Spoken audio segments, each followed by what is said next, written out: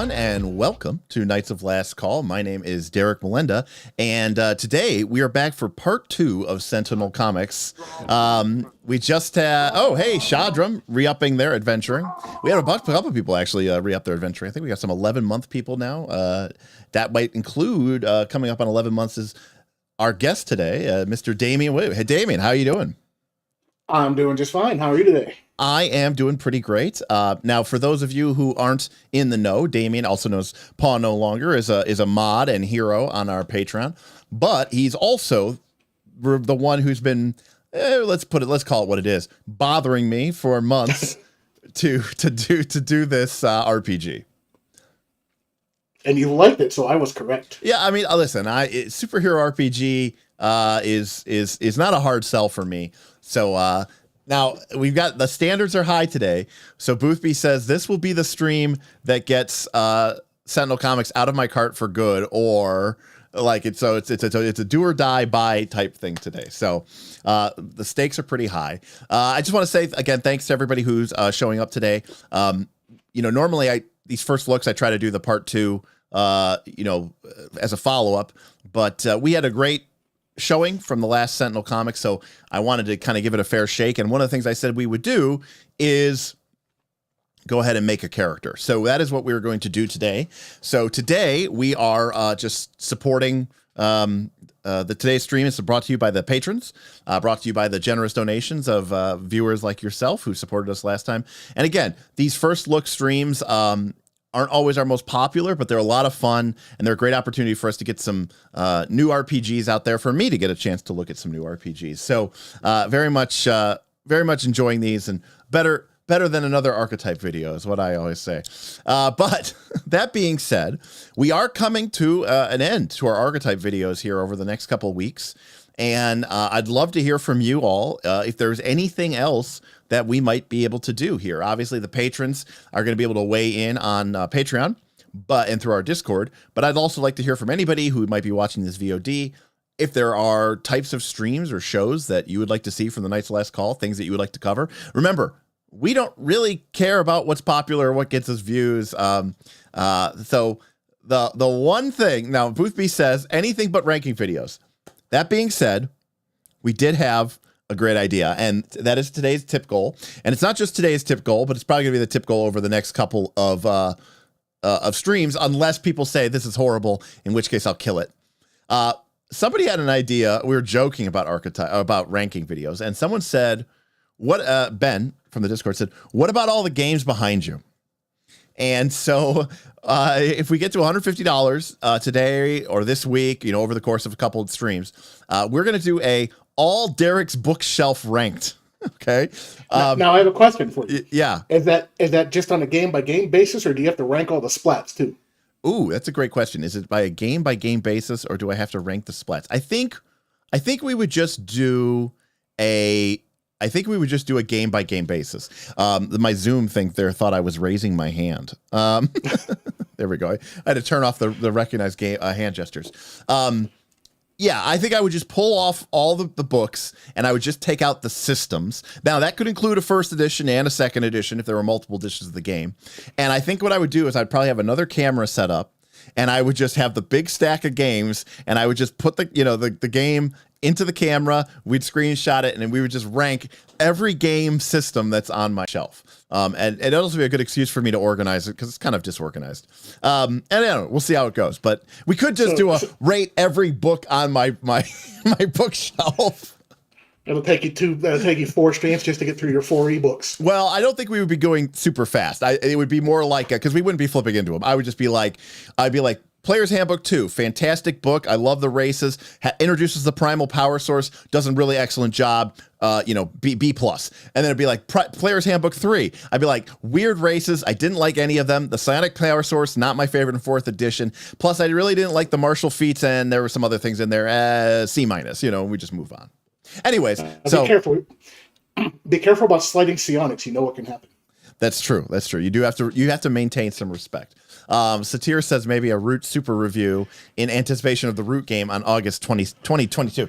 Now, see, you're saying August 2022 or 22 with the little apostrophe implying 2022, but it could just be August 22nd. No one actually knows the answer, but no, I think we'll definitely do some root stuff as we get ready to do the root game. For anybody who's a patron, you already know this, but we are getting closer and closer every day to the studio. We've begun final assembly, final painting of all the set stuff. And so while we still have the audio integration and video integration to do, we are getting very close. August 22nd is a Tuesday. So wow. It does count. Wow. I mean, that's just a major win. Okay. You didn't lie to everybody, Derek. I know, I did not. All right. So last time, what we're going to do today is, and again, I don't know how long this is going to take, hang out with us again. If we have some time after, we can also obviously take any of your questions or anything like that. I'm happy to look through it. But we read through the rules last time of Sentinel Comics, the basics of making a character, how actions work, and how the basic structure of the gameplay goes. Now, we did not get into how every adversary works, how the environment scenes works. We got a sense of that because of the rules that interact with it. But this is a big chonking book. As I said in our last stream last week, this book is over 400 pages.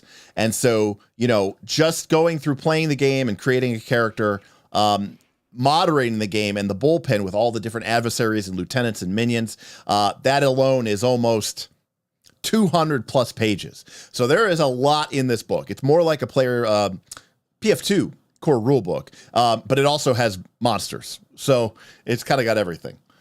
But what we wanted to do is make a character, right? Yeah. And now, Damien, you were saying that there's several ways that you can create a character in this system.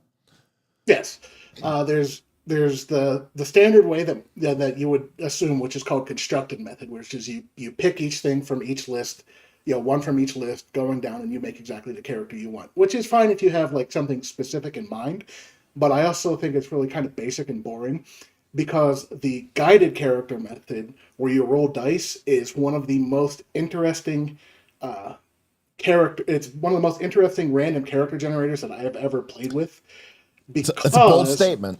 That's a bold statement. Because it starts with the emergent gameplay right from character creation. If you go in with a blank slate and start with rolling dice, and you don't know what you're going to have, and then you start to create this character as you go along, and then the character creation itself becomes emergent, just like everything else that goes on in the game. All right. Well, that is what we're going to do today. We're going to do the what's called the guided method for creating a character. And as a reminder, for those of you who maybe didn't watch last time, I recommend that you go check it out. By the way, if you're interested in picking up Sentinel Comics, we have a link in the description below that'll take you over to DriveThruRPG using our affiliate link. So if you do buy anything from DriveThruRPG, Knights of Last Call gets a couple bucks, not extra cost to you, but it's just a couple bucks out of DriveThruRPG's pocket for saying thank you for sending you over there. But here's our character sheet. It's a form fillable sheet, comes with the PDF download from DriveThru. We've got a lot of fluffy bullshit stuff here, right? Your gender, your name, your age, your skin, right? Everything else that we would expect. And then we get into the background and the power source, which we are going to be some of the first things that we generate. And these actually generate some of our powers in the course of the game.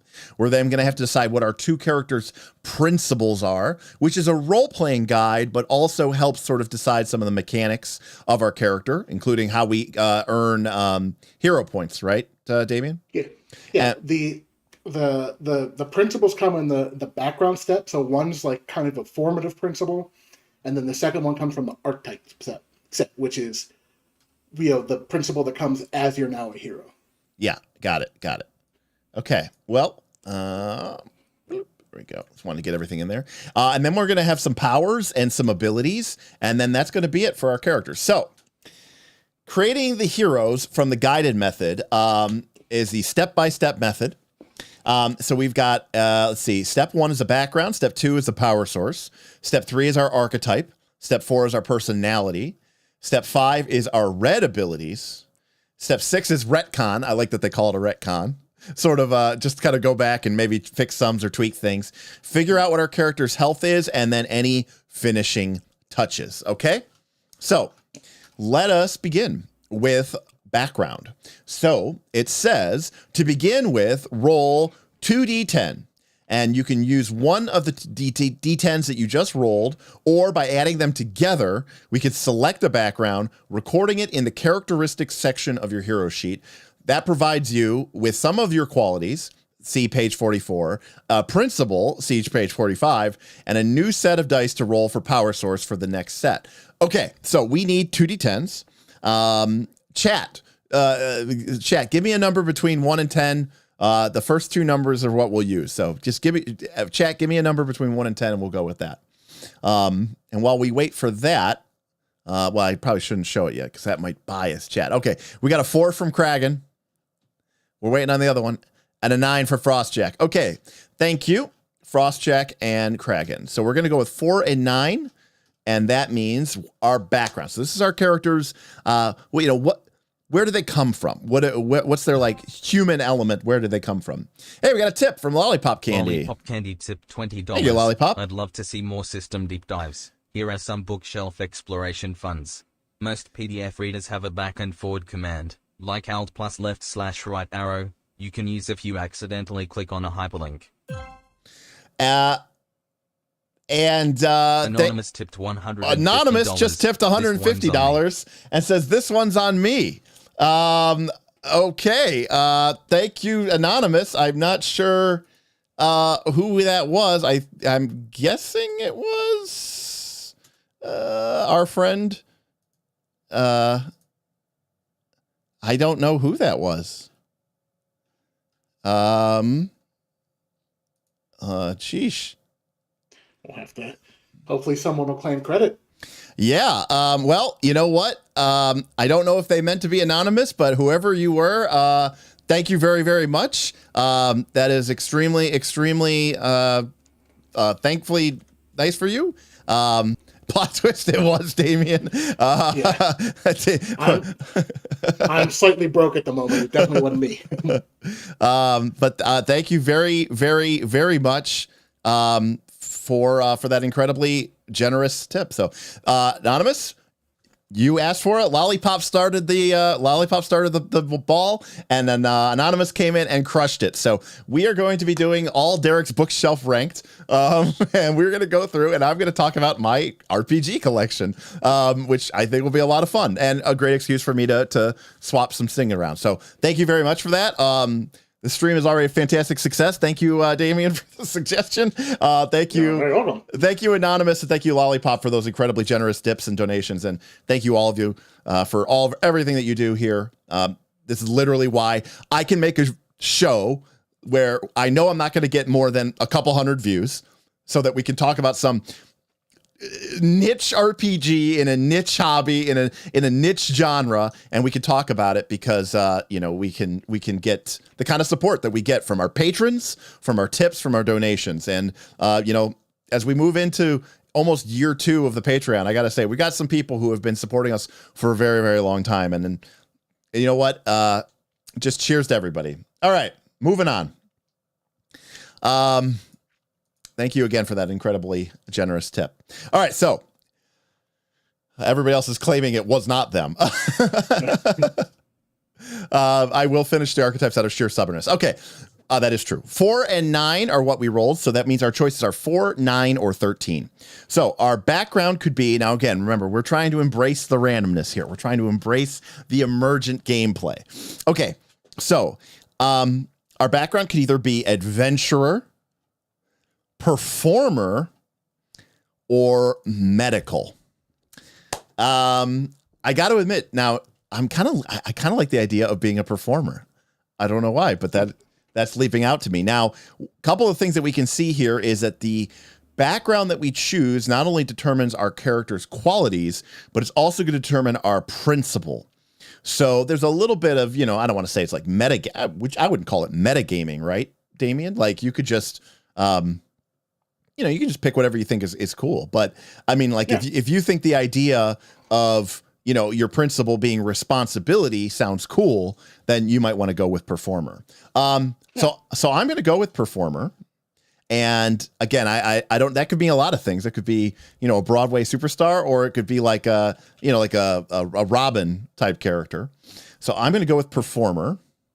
And then what else? What do I got to do next here, Damien? All right. So you should be able to click on performer, and it should take you to the specific entry. Sadly, it does not. Huh. But which one are you on? Are you on the? Are you in the book or are you on the chart? I am in the chart from the thing, the extra chart. The whatever the quick. And the quick start. Okay, yeah. Yeah. If you do it on the book, it shows you the one. All right, so got it. Up a little bit. You want right past it.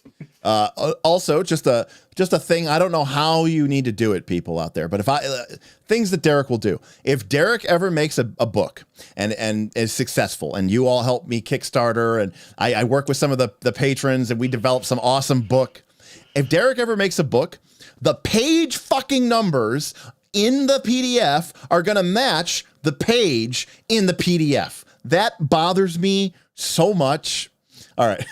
Like, I get it. Oh, what about the intro page? Just make that page 1. Just make that page 1. I don't know what to tell you. It's just stupid. All right. Or redo your PDF to have it be done correctly. Okay, so here we go. Page 51, aka page 59.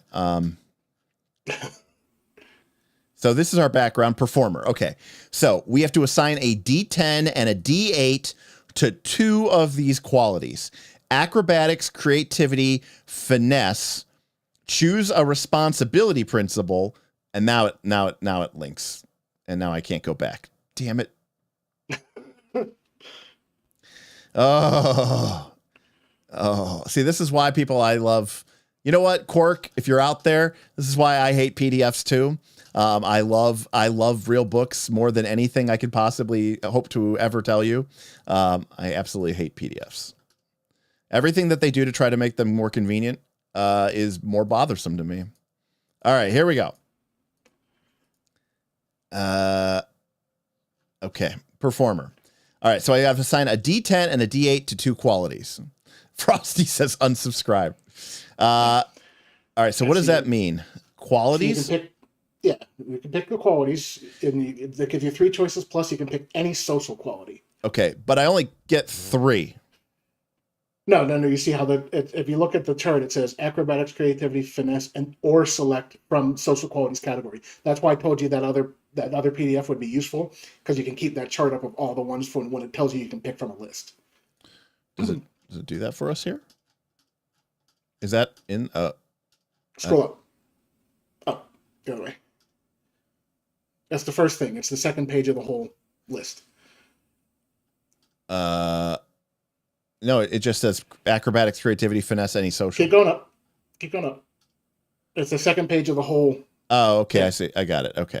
But what I don't understand is, and what the book is doing a very bad job of explaining is how many of these do I get? You get 1 for each die there. So you get a D12, a D10, and a D8. Okay, so yes, that they used English very poorly here to describe that. But all right, so we get a D10, and of course, I'm going to pick a D10 to acrobatics. I guess I'm kind of leaning towards a Robin-esque type person here, but I'll go Robin D10, acrobatics D10, and then our other option is, let's see, we could go with creativity, finesse, or anything from the social.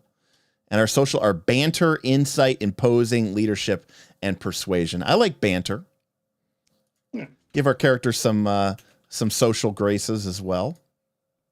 Okay, so we got acrobatics D10 and banter D8. All right, so the next thing that we have to do is choose a responsibility principle. Yeah. Now here's when you want to click on that little thing. You sure? Yeah. No, now it doesn't work. There we go. Okay. Responsibility principle. These principles speak to the burden of being a hero. As a hero, you are in costume and on the job. But what is the rest of your life like? Are you just an average citizen? Do you have a secret identity? Who are you when you're not heroing? And how does that influence and impact you as a hero? Principle of the debtor. You owe someone or something more than you can ever repay. You know plenty of folks willing to give out favors, but it'll cost you later. Yikes. Principle of the double agent. So these are all responsibilities principles. Mm-hmm. All right. Principle of business is like we're an entrepreneur. Debtor is we owe somebody big time. Principle of the detective. Okay, all right. I like Principle of the debtor just because it sounds hilarious. And this is where you start to think you're a performer, but you owe someone money. Did someone did you sign a record contract with some shady? No, but I'm a acrobatics, right? So I'm trying, and I have banter. So I'm trying to think of something silly and stupid without going into the Robin thing. My parents died, and then you see this really wealthy billionaire took me over. All right, we'll pick something different so that it doesn't make me think of Robin. All right. We're gonna go with Principle of the Everyman. All right. During role playing, you are just a normal person who has had power thrust upon them or otherwise in over your head. You don't have the same sense of lofty purpose as other heroes. When needed, you can just make yourself look like another face in the crowd. Okay. So you see how it lists the two twist questions. It gives you that during role playing. So you would copy them both over to the character sheet. Got it. But it also gives you your green overcome ability to copy over too. Got it. Okay. So we have the Principle of the Everyman. And our minor twist is, which hero did you make look good at the expense of yourself? So that would go here. And we can just copy all this stuff over. We don't have to actually do this, but, we might as well. I mean, look, we're here, right? Yeah. We're taking advantage of the PDF format. Yes. All right. Now I'm sort of imagining, kind of more of a Xander from Buffy type experience. We don't know what our power is going to be yet, but this is definitely how we started. And then we get this, power or ability? Yeah, that goes under the green abilities. You'll see at the bottom of the green abilities, you'll see 2 overcome slots at the bottom. Got it. So Principle of the Everyman. This is a type A. Mm-hmm. Now it says icon. I don't know what to do there. I just put a letter indicating what it is, so like O for overcome. This is an overcome action. Yeah. Every principal ability is going to be an overcome ability. So overcome when you're using a bonus made by another hero and use your max die. You and each of your allies gains a hero point, and that is always the case, right? That you gain a hero point. Overcome when using a bonus made by another hero and use your max die. So if somebody else helps me and I make an overcome action, I get to use my max die instead of my mid die. Is that right? Right. If you're doing an overcome and someone has boosted you. Boosted you, yes. So you get you basically everybody's going to get a hero point. So other heroes are going to want to boost you for that reason. Right. Help me out. I'm just an ordinary schlub. Kragan, I completely agree with you. I was thinking the PDF would have had a drop down icon for for the overcome action. But yes, I agree. Okay. So that is our Principle of the Everyman. Yep. Now we have what were you saying? Now we're gonna go on to your first power set, which means you got to roll the 3 dice that it shows you right in so your background, right, which was a D10, a D8, and a D6. All right, so we already had a D10 that came from Boothby. He gave us a 3. What else do we have from everybody? We need a D. Damien, why don't you give me a D8 there? And then maybe Chad could give me a D6. 8. All right. Rain Hunter is a 4, and Mr. Damien gave us an 8. So we have a 3, 8, 4. All right. So that is coming out of our performer background. Mm-hmm. So now those are also the dice that you will add for your abilities. Got it. So when you choose your powers. All right, roll the dice you gain from your background to select a power source, recording it in your characteristics sheet. The size of dice you just rolled provides you with some of your powers. You also receive some yellow abilities, other abilities, or qualities, and dice to roll for your next step, which is our archetype. So now we have to go down into the powers. So this is the same thing as before. We have a 3, 8, 4. Yeah. All right, so you can't combine all 3. It's all right, any combination of 2. All right, so we either have genetic abilities, a powered suit, or experimentation. You also can add together. So. Oh, we can also add them together, all of them. Yeah. So you any 2. Oh, any 2. So I could have 11 as well. Yeah, or a 7 for relic. Or a 7. Yeah. A relic. Ooh, like finding like some sort of ancient, I don't know, some sort of ancient amulet or something of that nature. I could add a 3 and 8 together is supernatural. That's boring. And then an 8 and a 4 together is artificial being. I don't like that either. I like this idea of a relic. Like maybe our character was, I'm just trying to think of this now. I mean, where else are you an acrobat except for except for the circus? He was a member of Cirque du Soleil and yes, and he's part of a circus, performing troupe, and they went to some strange and mysterious land as part of a traveling thing to perform for some mighty, king or queen, or some sort of. Kragan says male cheerleader. I do kind of like that actually a lot. I kind of like that actually a lot. That works. It works with banter also. Oh, it does work with banter. All right, let's go. Let's do it, team. All right, no, I'm Kragan might have just hit it. Frostjack says like the Blue Beetle type character for the relic. That's kind of where I was going there with the Jamie Jaimez, or the Jaime or whatever. But or even Hal Jordan. Yeah, or even Hal. But I really like male cheerleader. Okay, so we're a Division 1 male cheerleader, and and we get some sort of magical bullhorn. We could just shout into it. No, okay. Now, or we have genetic and experimentation, right? So maybe like one night at the campus, right, there was an accident or there was a problem or something came up, and we ended up, getting some sort of weird experiment done on us that awoke in this new set of powers into us. Ooh, This is all very interesting. What are your thoughts there, Damien? Chat, I like Relic. You like Relic? Okay. We liking Relic? Yeah. All right. Ayla says, as long as the cheerleader is appropriately himbo. Oh, complete himbo. Just a complete himbo. All right, let's go here I'm gonna go to the chat.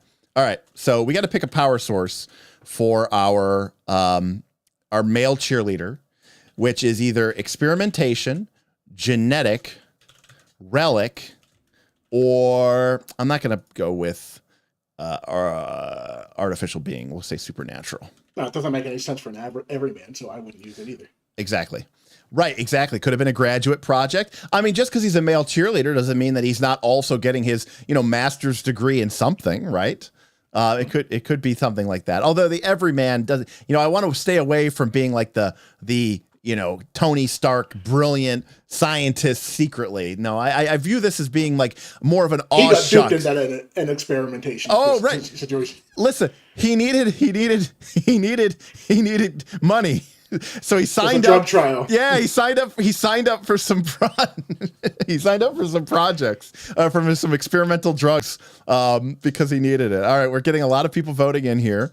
Relic is doing well. Experimentation is doing well. I'm leaning now back towards experimentation. I think this fits with our so he's a broke everyman college, right?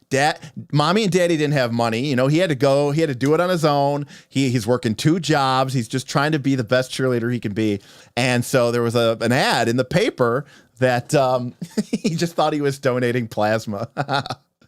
All right. Experimentation's pulling away. All right, we're going to go with experimentation here. Rain Hunter would like to change their vote to drug trial experimentation. Okay, so we're going to go with experimentation. So that means that our power source is experimentation, right?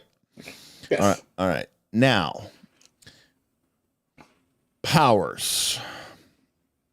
Signature weaponry, any athletic, elemental, energy, intellectual mobility, or self-control, 3d8, 59. All right, so there's a lot of stuff going on there. So I'm going to go to page 59, which of course is it worked. Hey, look at that. Okay, so assign all the dice you rolled at the end of the background step to any of the following powers. So we have 10, 8, 6. So we have a 10, 8, a D10, a D8, and a D6. So we can add them to we can have a signature weapon. We can have up to 3 of these, right? Or we have to have 3 of these. You have to have 3 of them. Okay. Yeah. So, all right. So what did these experimental, he's about to be Pepsi Man. We replaced your blood with Powerade. Oh, I like that. Okay. It's a new experimental form of Gatorade, right? It's super high performance Gatorade. He's from Florida. He's from University of Florida, right? He's a Gator. And it's Gatorade is maybe responsible in our imaginary world is responsible for 50% of the endowment of the University of Florida. And so our male cheerleader is a little bit of a Florida man. And they went, don't test these experimental steroids out on our football players. Right. They make us money. Test it out on the cheerleader.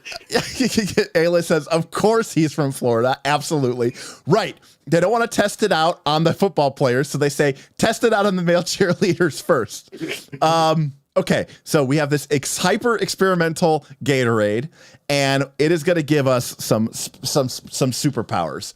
So our choices are, signature weaponry. Kraken says he's not even a superhero. He's just from Florida. You're making Florida Man. Oh, absolutely. I'm making that might be the name of the character, Florida Man. Now I'm also picturing him turning into a living alligator. But Rain Hunter says, I'm picturing instead of a one-time experiment, he has to drink his Gatorade before every flight. Yeah, like there might have to be some sort of in darkest day, in brightest night, beware the evil Gatorade's light, type situation. Yeah, or like Popeye's spinach. Yeah, I'm down with that. It's very much like Zoolander. It's like, but why male models? It's like, but why male cheerleaders? Don't you know male cheerleaders are capable of inserting themselves into any social circumstances of the planet? No one will ever be threatened by a male cheerleader, despite their amazing levels of athleticism, focus, and dedication. Okay, anyways, we're getting distracted here. All right. So judging by what you were saying, I would say your D10 should go into one of the athletic powers. Yes, I completely agree. Now, let's see what our athletic powers options are. Okay, so we can have agility, speed, strength, or vitality. Okay, so this is a tough choice. We could have, and I agree, like this is kind of like the main thing that we're doing. Oh, Frosty, that's another great option, like Water Boy with the high quality H2O. That's Louisiana, though. That's true. That's Louisiana. But I don't think it would be speed. But I could see agility, strength, or vitality all being great options for our primary power, right? So this is where our D10 is going. So I'm going to put it to the chat. Our options are agility, which gives us basically supernatural reflexes.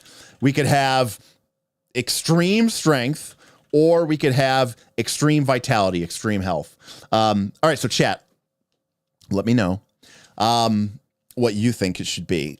Basically, this comes down to, is our male cheerleader like the back-flipping, hyper-agile, almost Spider-Man-esque levels of agility, or is he more of like the strong, biceps on biceps, and he's, really lean and tough, and able to just, crush people? Okay.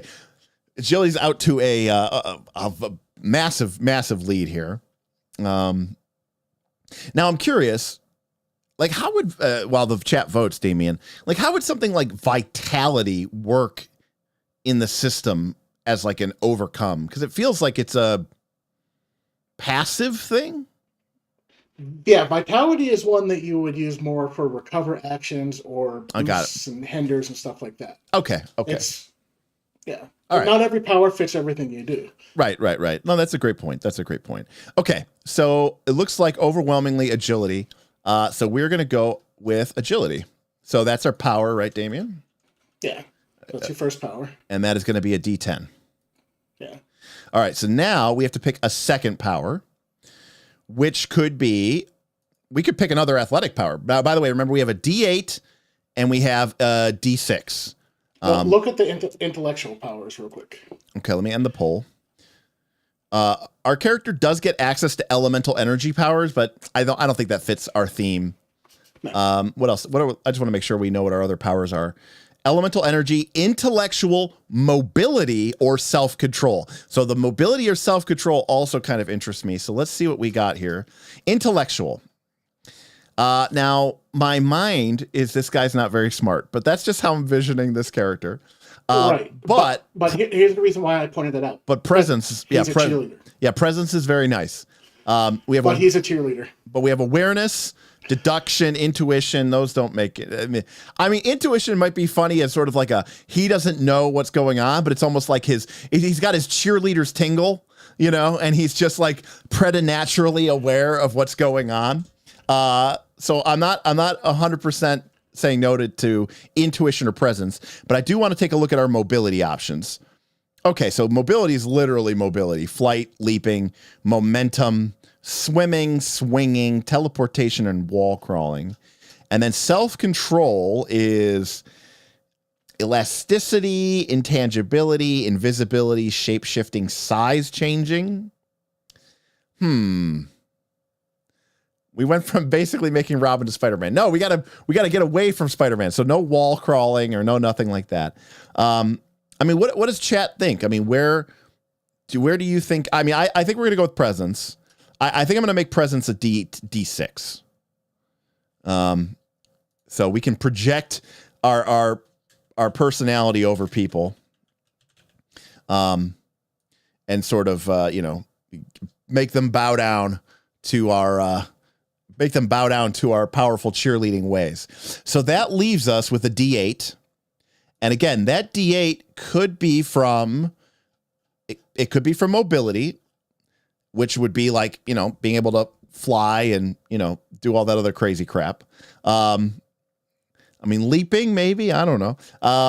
The other option is any of these weird stuff from self-control. Absorption, density control, duplication. That's getting a little Sky High-ish if you've ever seen that movie, the cheerleader who can duplicate herself to make her own squad.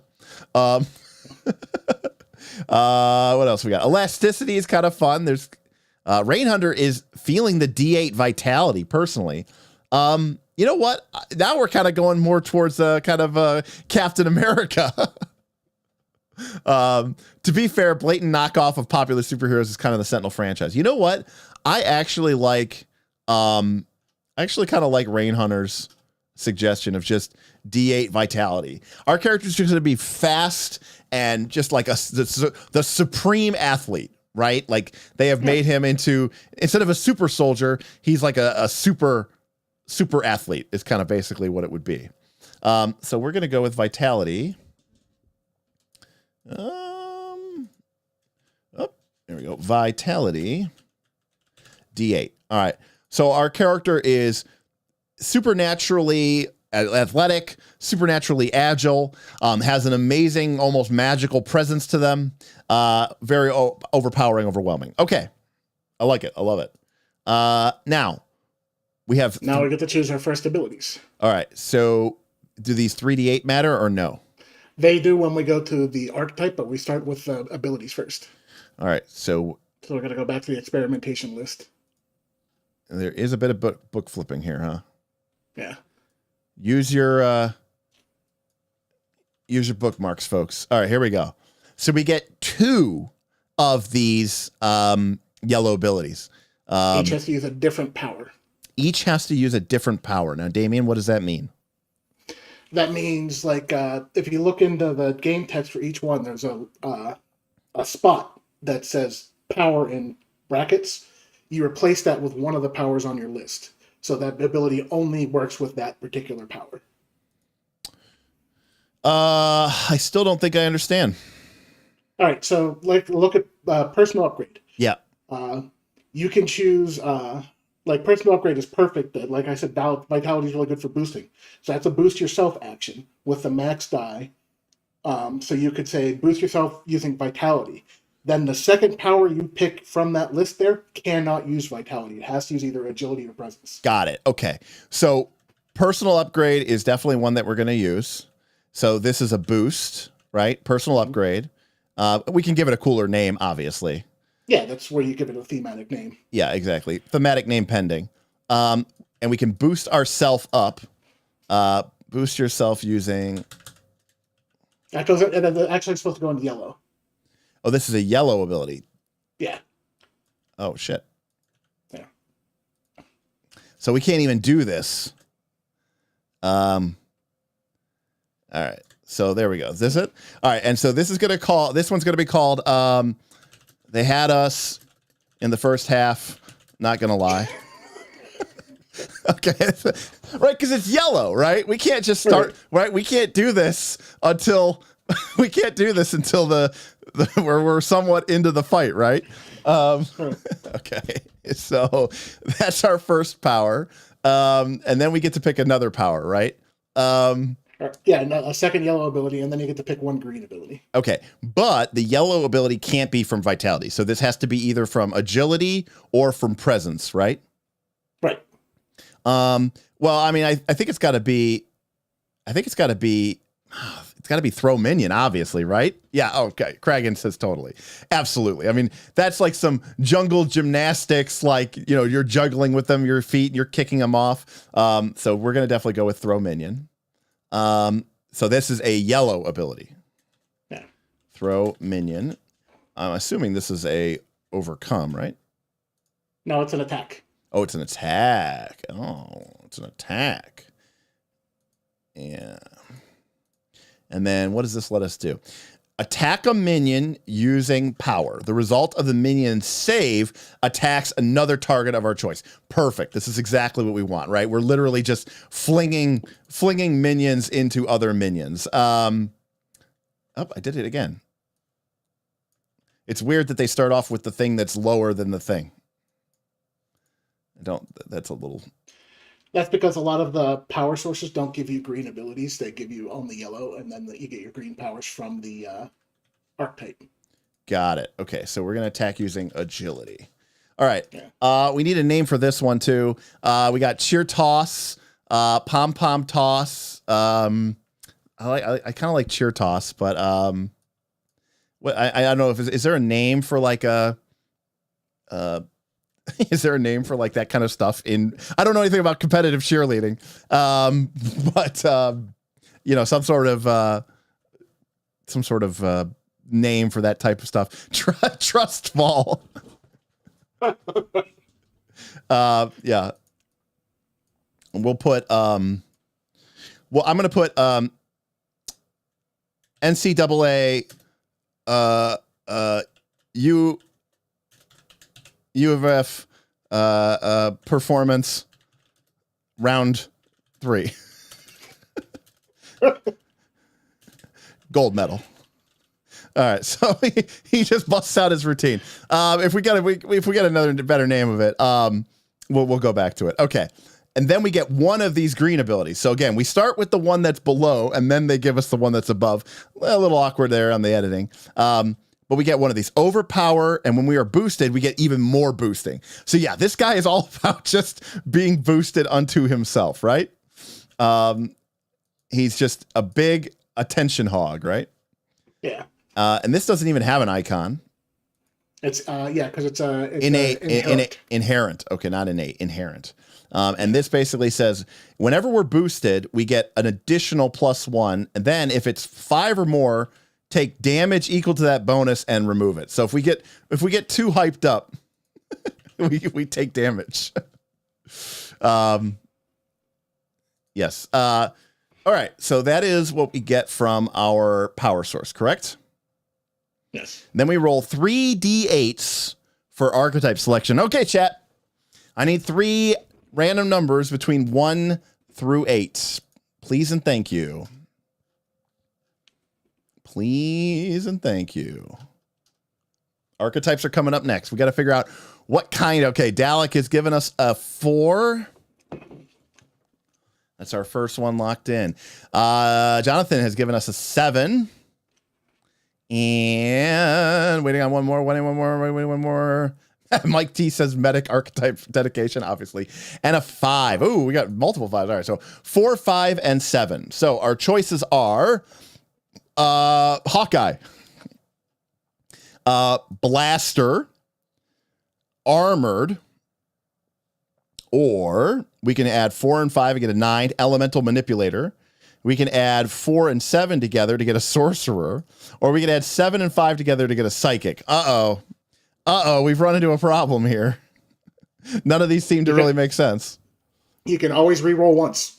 Oh, that's true. It does say at the top here, make these work for your hero. If none of your options fit your ideas, you can re-roll your dice once during each phase of the process. All right, so we're going to instead go with a 2, and we need 2 more dice rolls, please. They could just be random. It's fine. They might repeat. Not everything's perfect. They don't have to be completely different. Bulletproof pom-pom. All right. We got a 2. I need a couple more. We already had a 2. I suppose they could be the same, right, Damien? Yeah, good. Robot sideboard. 6 might work. That's close quarters combat. It's a flyer. Now, what would that be to have a flyer, Damien, if you didn't have any flying powers? Or does this give you... It'll give it to you in that. Got it. This will give us more powers. Okay. So this is the other side of our character. Okay. So, what other abilities do we gain from this experimentation? I mean, close quarter combat's fine. This guy's, kind of already set for that. But is there something else that we could do? Now, someone said armored cheerleading outfit, psychic archetype. I mean, we could just make him a psychic. What else do we got here? 2, 6, 6, and 12. No, an 8 flyer. No, sonic boom for his voice. It's not bad. Okay. I like that from Frosty. Right? We go with Blaster Damien. Right? No. And now he's got a little bit of like a, like he can get a little black bolty. What do you think? I like it. All right. I like it too. Actually, I like it a lot too. All right. So we're going to go with Blaster. This is fantastic. Do I put this? He talks shit so bad it hurts. Yeah. Be aggressive. Yeah. And he's got all sorts of horrible cheers and everything like that. Okay. So his archetype is, or their archetype. We don't know. Oh, no, we know he's a male cheerleader. They get Blaster. Okay. So this is on page 77. The principle is esoteric, which is a weird principle to put in, but okay. All right. No need to mess around. The best way to use energy is to throw it at the bad guy. All right. Respect. All right. Our male cheerleader knows that the best status is dead. Okay. So assign one of the dice you rolled at the end of the, so we have 3d8, right? Mm-hmm.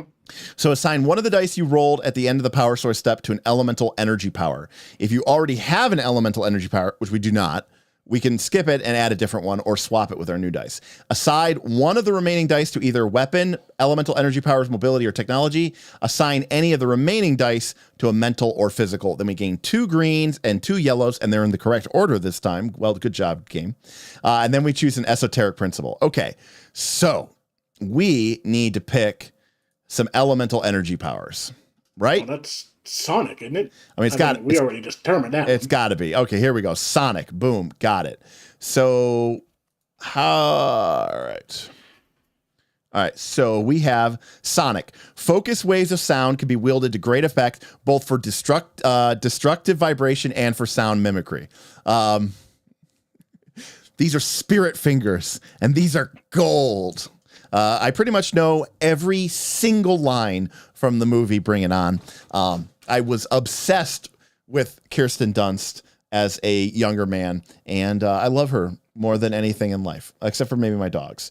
Okay, so we are going to get Sonic as our power.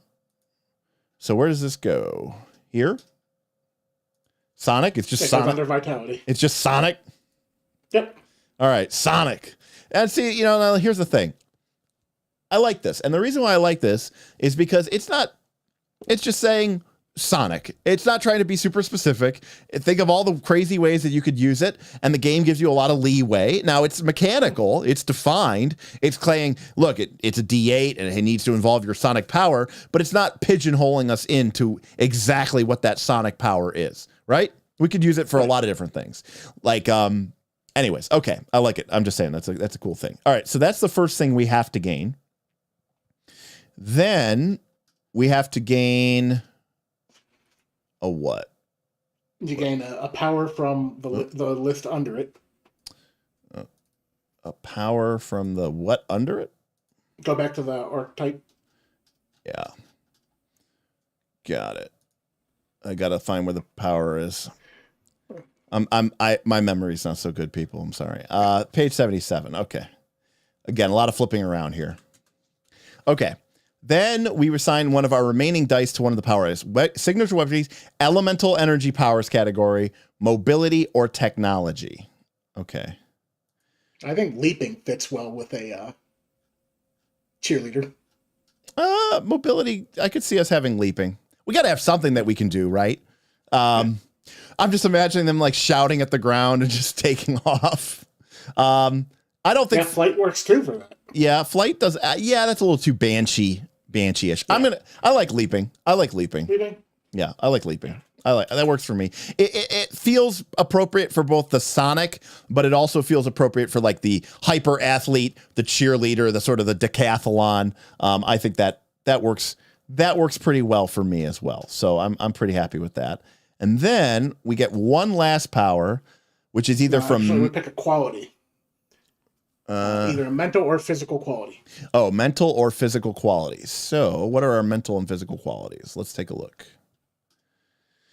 All right, so we can have alertness, conviction, creativity, investigation, self-discipline, acrobatics, which we already have. Mm-hmm. Yes, is a D10. Okay. Close combat, finesse, fitness, ranged combat, and stealth.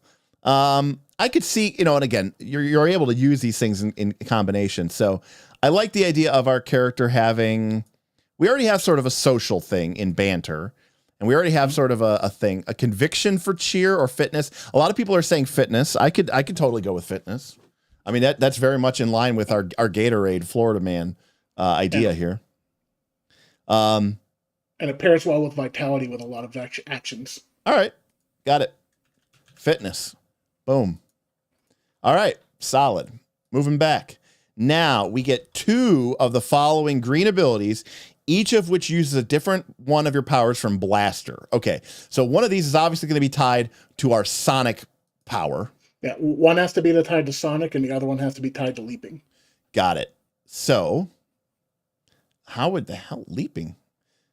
Well, let's think about the one that's leaping first, because that one's a little bit more weird to think about it. I mean, obviously, it wouldn't be disabling blast.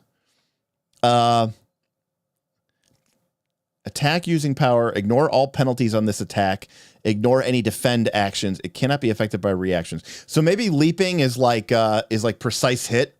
Right? Either that or danger zone where you jump around the battlefield. Ooh, danger zone. Yeah.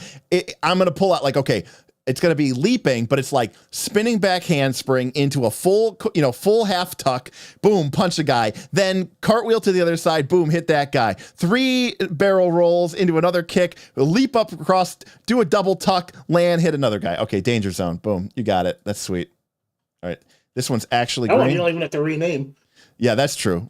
I mean, I'm just going to put, danger zone, parentheses, highway 2. I thought the same thing. And that is an action, and that is an attack. And attack multiple targets using power, but we have to just use the lowest die we roll. Okay, pretty cool. Yeah. And that's going to be using leaping. And then this is our blaster power, which, let's see. Precise hit, exploit vulnerability. Attack using power.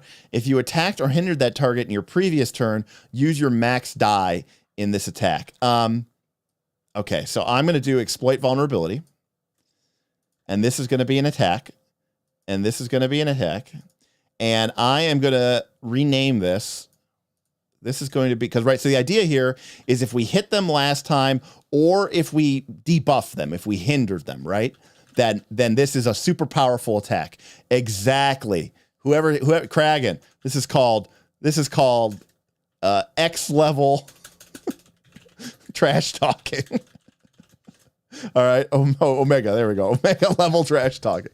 This person is trained to talk the maddest trash of all time. They've got you feeling so weak, so disabled that you have no choice but to just fall power to their sonic blast. It's a combination of both rippling damage from the sonic blast, but also the subsonic vibrations insults you at the same time. It's just completely devastating, mentally and physically. All right. Then we get 2 of these yellow abilities. Now, again, this is from any powers?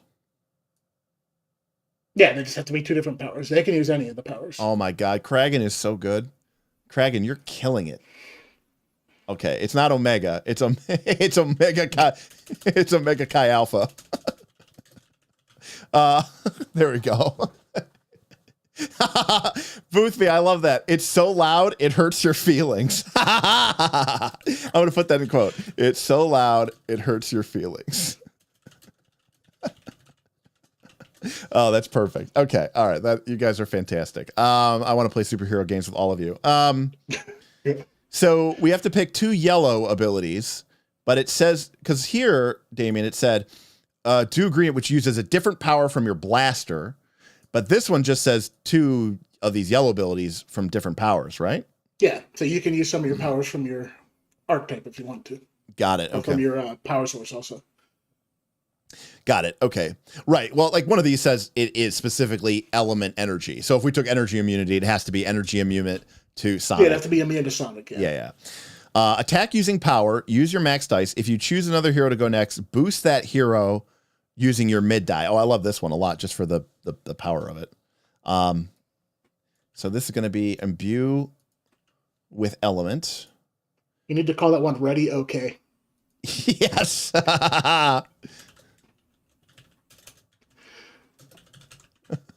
Okay, so this is a boost attack?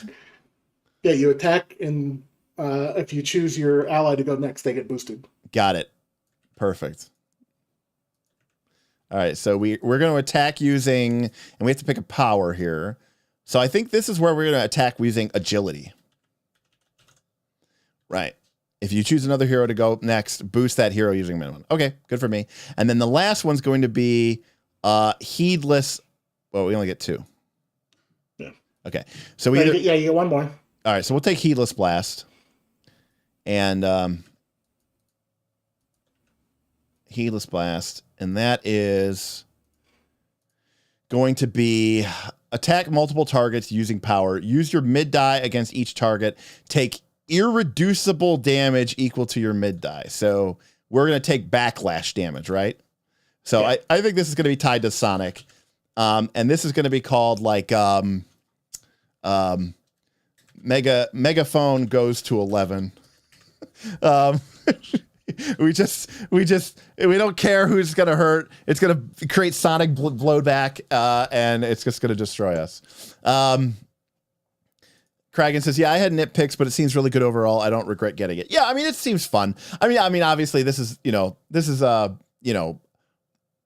kind of, we're making it kind of silly and fun here, but you don't necessarily have to make it the whole point. But I mean, it is supposed to be Silver Age, and this is the era of this is literally the era of comics where they figured out that if you put a gorilla on the cover of a comic book, it sold like 20 or 25% better.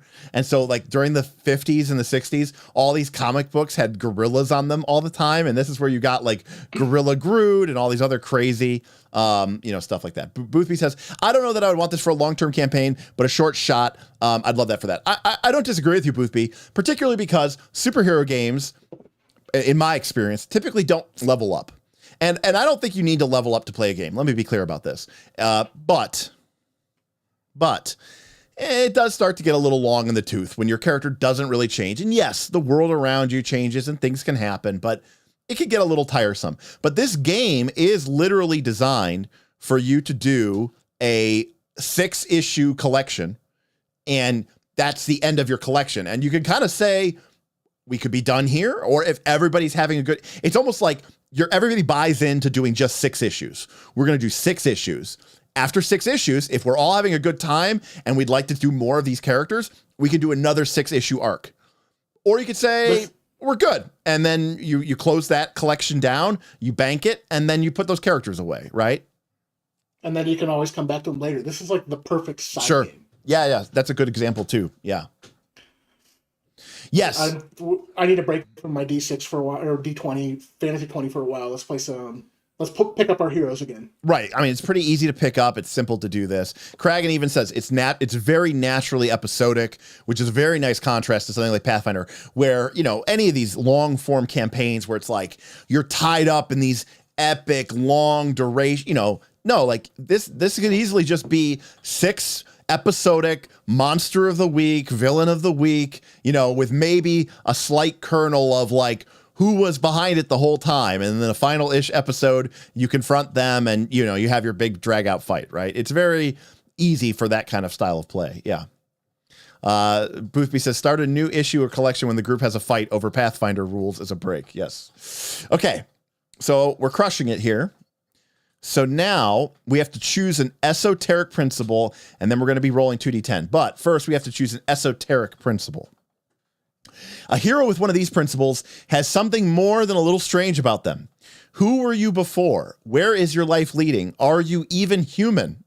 The weirdness that is your hero story may be commonplace for you or not, but those around you are likely to notice something a little different, especially when things start going wrong. Okay, things just took a big turn here. Okay. Principle of destiny. Are we destined to be the great cheerleader who saved the world? Save the cheerleader, save the world. They were talking about us the whole time. Heroes is back, baby. Principle of energy. We love sound. It's kind of that doesn't really strike me. Principle. That's great for like when you're the fire or the ice. Yeah. Hero. It's principles of exorcism. Principles of fauna and flora, principles of the future. Ooh, principle of immortality. Principle of the inner demon, principle of magic. As those are principles. Principle of the inner demon. You have to suppress your Florida. Principle of the sea, principle of space, principle of the undead, principle of the time traveler. Okay. Well, I don't love all these, but I do love the 3 that I'm leaning towards, chat, are inner demon, immortal, or principle of destiny. So let me get the poll up. All right. So this is a question of what is our second principle? Is it going to be the principle of destiny, in which case our character is actually bound for something, or thinks they're bound for something greater? Is it of immortality, and that our character is actually is not aged and is unaffected by the mundane elements? Or is it of the inner demon? I think all 3 of these are very interesting. Immortal means we become like Edward Cullen. Yes, I could see that. Right, we don't know this, by the way. Whoa, what if? Hold up. We've been putting this in modern time. What if this was Gatorade Formulation 1? Right? And our character has been in college for like 80 years, okay? They refused to leave because the original Gatorade formula actually gave them superpowers. They are now immortal, and they use their cover as a cheerleader at the University of Florida in order to do good deed. He's 1 class short of every major. He just can't get a degree.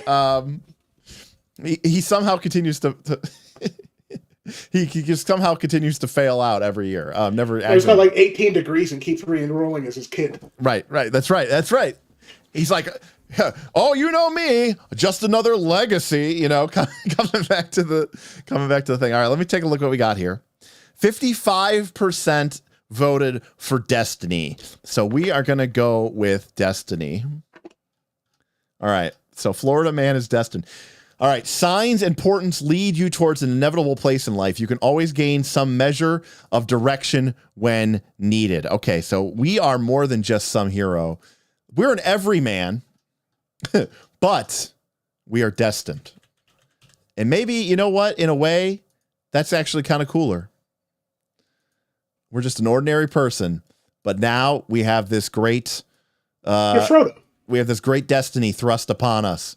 You know, we didn't choose the Gatorade, right? The Gatorade chose us.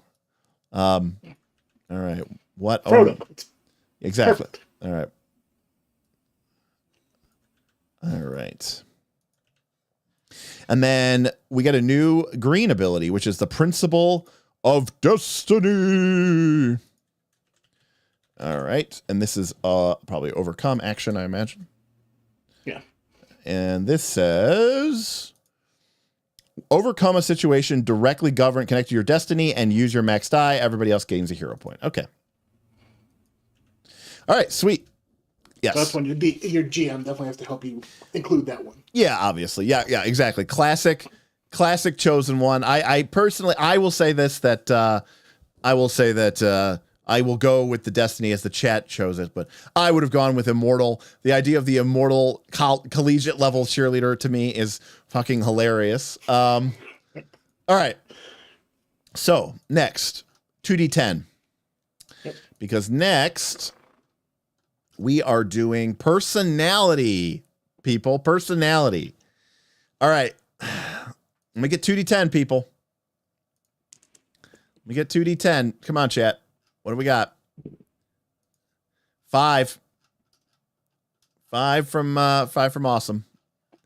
And then 3. 3 from Damien as well. Okay, so we got a 5 and a 3. So I assume this works the same way. Yeah, 5, 3, or 8.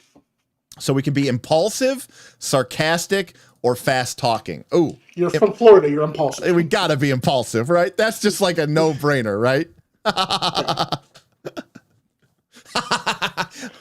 Frostjack, I imagine it was like the cave of Shazam, except it was just an ancient cheerleader in there instead. Or it's like the end of Indiana Jones, The Last Crusade. You know, we get to the end, and instead of the Holy Grail, it's just like a really old megaphone. It was like Jesus's megaphone that he used to, like, you know, give his sermon from the rock, and it's been passed down. That's what the Holy Grail was. Due to the misconceptions, they thought it was a cup, but it turns out it was actually a megaphone. And like Jesus was like the OG cheerleader, and we're destined to carry that on. We're part of an ancient lineage that stretched back to Christ. We're going far in the tank here. All right. Yes. The origin of the shofar. The shofar was originally just a bullhorn. Well, literally it was a ram's horn, but it got changed over the years into a megaphone. Okay. So we are going to be impulsive. See, every superhero game I ever played, you end up making like the Mystery Men. Yes, because people want to have fun, Mighty Dave. Because comic books are kind of inherently silly. I mean, you know, what Marvel Cinematic Universe did was amazing, was incredible. But look at where they are now, okay? The movies now are ridiculous. They're just out of the world. They're just crazy. They're fighting in CG space. It's just, you know, it's nonsense. It's hard to make grounded comic books movies. All right. So we're going to be impulsive. Mike T says he's the guy in the bottom of the closet in Real Genius. It's one of my favorite movies of all time. They said enter as many times as you like. So I did. Statistically, I'm guaranteed to win 68.7% of all the prizes. Where are we at here? Personality. Impulsive. All right. Now this gives us some dice. Green 6, yellow 6, red 8. Man, during the character creation, during the example, they had that legacy or the Superman clone, and she was like a 10-8-8. Yeah, but click on impulsive because it gives you more. Oh, I'm about to say our character sucks. That does nothing, Damien. All right. I gotta go to Go one. Impulsive on this one. I gotta go to one. All right, here we go. Oh, natural leader would have been good too. All right, so our status dice is D6, D6, D8, so we can fill that in here, right? Mm-hmm. So that means we start off crappy, and then we stay crappy, and then we get a little okay at the end. But you can boost any one of your power dice to 12. All right, make up a quality based on your hero's backstory and assign a D8 to it. So we can make up anything we want. It's got to be, but I'm a cheerleader, right? It could be a quote, right? Yeah, it could be whatever you want. It's a story one. Got it. Ooh, this is a tough one, chat. I'm open to suggestions. This is again something about our character. I again, Heroes season 1 was a great show. I will cheerlead us to victory. Is that a quality? Does that work? Can it be a quote? Or does it got to be like an adjective? Doesn't the game say that qualities can be like quotes and stuff? Yeah. Well, like if you look at the example character is the legacy example character. She's like that shows her the first quality they list is her story quality, which I think is like all American or something like that. Got it. Here we go. She has America's favorite. Yeah. Got it. So like Superman's can be truth, justice, in the American way. It's got it. Okay. All right, 101. Batman's could just be orphan billionaire. It's just right. It's a story point. Got it. Okay. So always top. You know what? I like Rain Hunters. I'm going to do that. I'm going to definitely do that. I'm going to say quality is cheerleader. That works, Rain Hunter. Florida first. Right, because our character is, leaps first without looking, right? Literally using their leaping power, and they are impulsive. They're all about pepping everybody up. They're a natural leader. They're acrobatic. I mean, there's definitely a Captain America vibe here. I mean, we can't listen. The comic books have been around for 100 years. Okay, we're not going to reinvent the wheel here. Okay, so that gets what, a D8? Mm-hmm. Okay, then upgrade one of your power or quality dice by 1 step. So one of our powers or one of our qualities goes up a step. Wow. So the temptation here is to get a D12, right? Mm-hmm. Now keep in mind, like our Alpha Chi Omega, our Omega Chi Alpha level trash talking lets us use a max die. So there's a temptation there to use Sonic to D10. Mm-hmm. But the NCAA University of Florida Performance Round 3 gold medal performance lets us use agility. Ready? Okay, uses our max die using agility. Ooh, okay. Yeah, I'm going to take agility to D12. Boom. Because that's sick. All right. Then, out ability.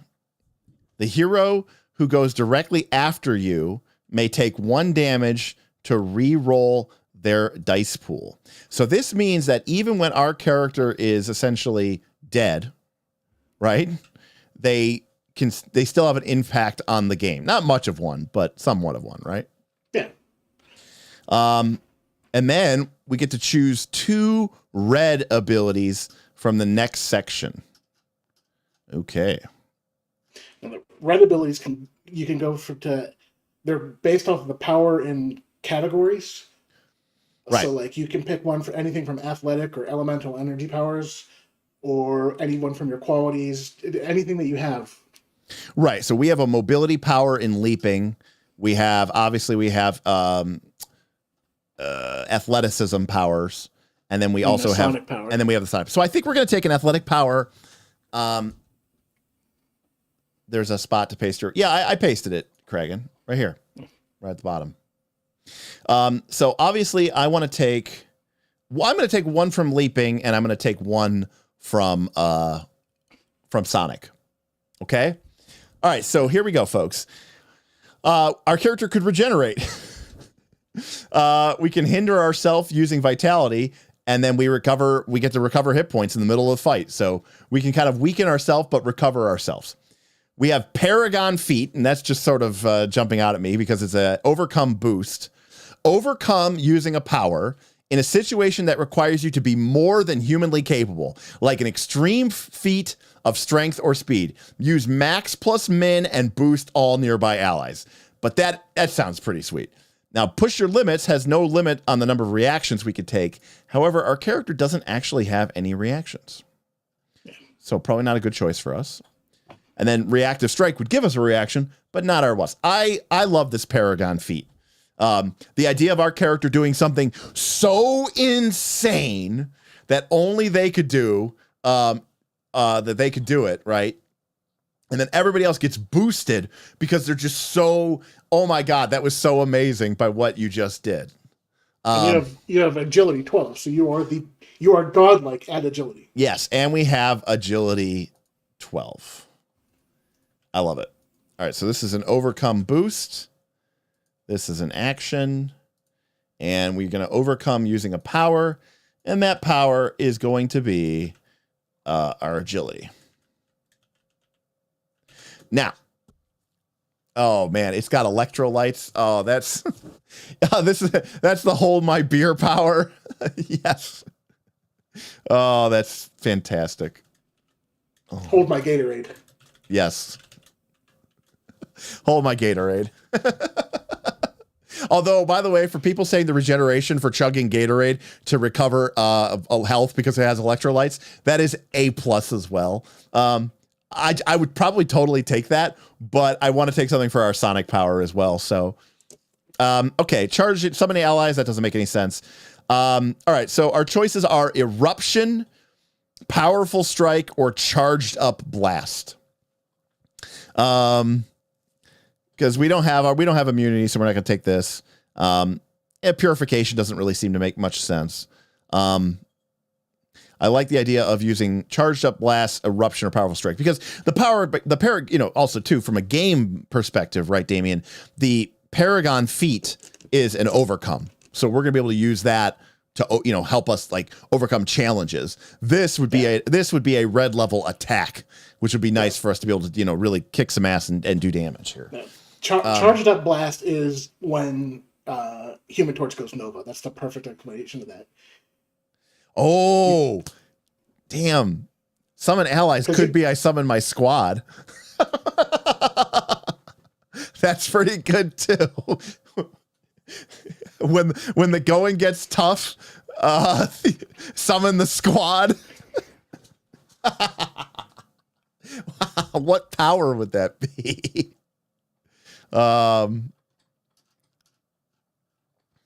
You know what though? We could tie it to presence. This is great. We could tie it to Sonic, right? Like we shout out to summon our allies to us or something like that. I don't know. I think technically that's supposed to be for like creating like ice golems or something like that. Yeah, I mean, listen. I mean, it does say create them, but listen. Yeah. Someone said eruption. You could just literally play the Van Halen solo, but we're a cheerleader. So, I don't know. Can you tie it to cheerleader? No, it has to be tied to a power. Unfortunately, see everything in here says power. No, that's something you can tie to your qualities, but not to that one. Not for this one, is what we're saying. Yeah. Boothby, I like that idea too. We could create the allies out of nearby spectators. We just get them to join the fight. Come on, you could do it. But then they're minions, so they're like getting wiped out and killed. It feels a little it doesn't feel very great. No, I think we're gonna keep this pretty simple here. I am the everyman. Oh, that is true. All right, you know what? We're doing it. Okay, summon allies. I know it doesn't make any sense, but we're doing it.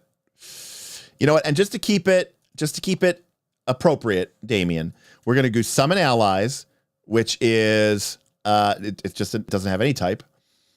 It is going to be an action.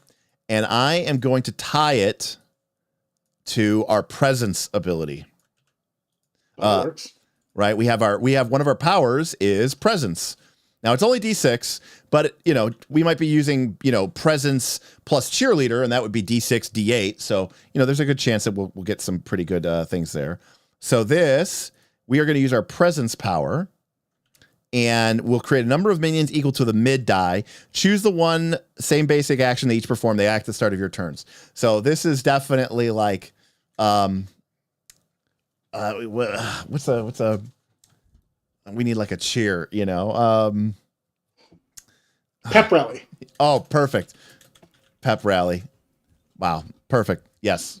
All right. So he gets the people going. What does that even mean? Oh, home field advantage is pretty good too. I like pep rally though, right? I love the idea that like the chips are down, the cheerleader kind of, you know, comes out of the rubble and, you know, he looks around and he's like, come on, people. I was just like you. I was just a humble Florida male cheerleader, but I'm fighting for what's right and what's good in this. Join me and help me take out this dastardly foe. Or Damien, if you want to be really slick and you like want to like have fun with your GM, imagine a situation where like the cheerleader is able to flip some of the background NPC villains that are like minions and have them join the good guys side because he's so, you know, persuasive and he's so charismatic and he's like, come on. I remember one time we were down 32-2 at the half and we came all the way back. Yes, Dalek, I agree. Did America give up when the Germans bombed Pearl Harbor? No. No, we pulled together and we beat France. I learned that in history. 101. All right. Okay. So we've got that. I think we're getting close here, Damien. Where are we at? Yeah, now we move on to the retcon step. Retcon step. Take one retcon from the following list. Add an extra red ability. Swap 2 dice in your powers and or qualities. Swap an ability to use a different power or quality. Increase your red status die by 1. Oh, we're doing that one. Add any number of D6 power or quality of your choice. Oh, add any 6 power or quality of your choice, swap 1. Now, I love the idea that when our I love the idea that our character, when our character gets into the red zone, right? Like, you know, like the red zone, they become like unstoppable. Like when the going gets tough, they get the most going. Yeah. I actually, when on my table, I would house roll that one because the swaps are like not really that powerful compared to adding a power or adding a red ability or increasing that die size. So I usually let them have one of each. One swap and one, if they want to swap, and one actual useful ones. Because got it. No, we'll just play it. We'll just play it as it lies. Plus, I'm pretty happy with where everybody else is. I mean, let's take a look here. You know what? Actually, you know what, Damien? I am going to change it. I'm going to change presence to D8, and I'm going to change leaping to D6. Like, I don't see our characters being able to like jump over a building. Right. You just leap you leap above average. Right. Like our character would easily win gold in every high jump ever, but like they're not able to like Superman or Hulk leap.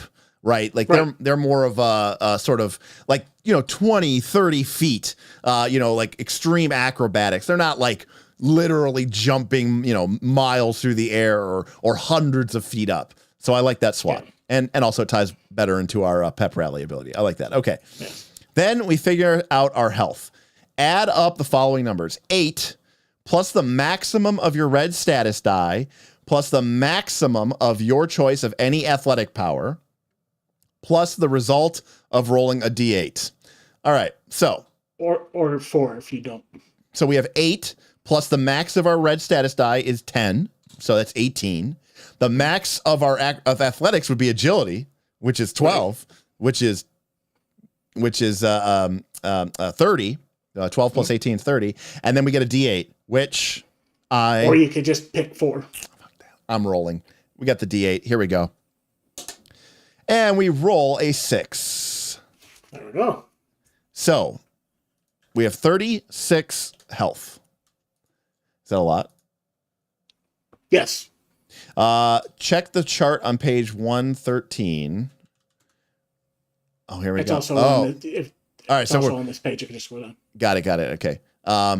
So we're close to the max health you can have in the game, and you know what? I like that. I think that's pretty good. So 36 to 28 is our green zone.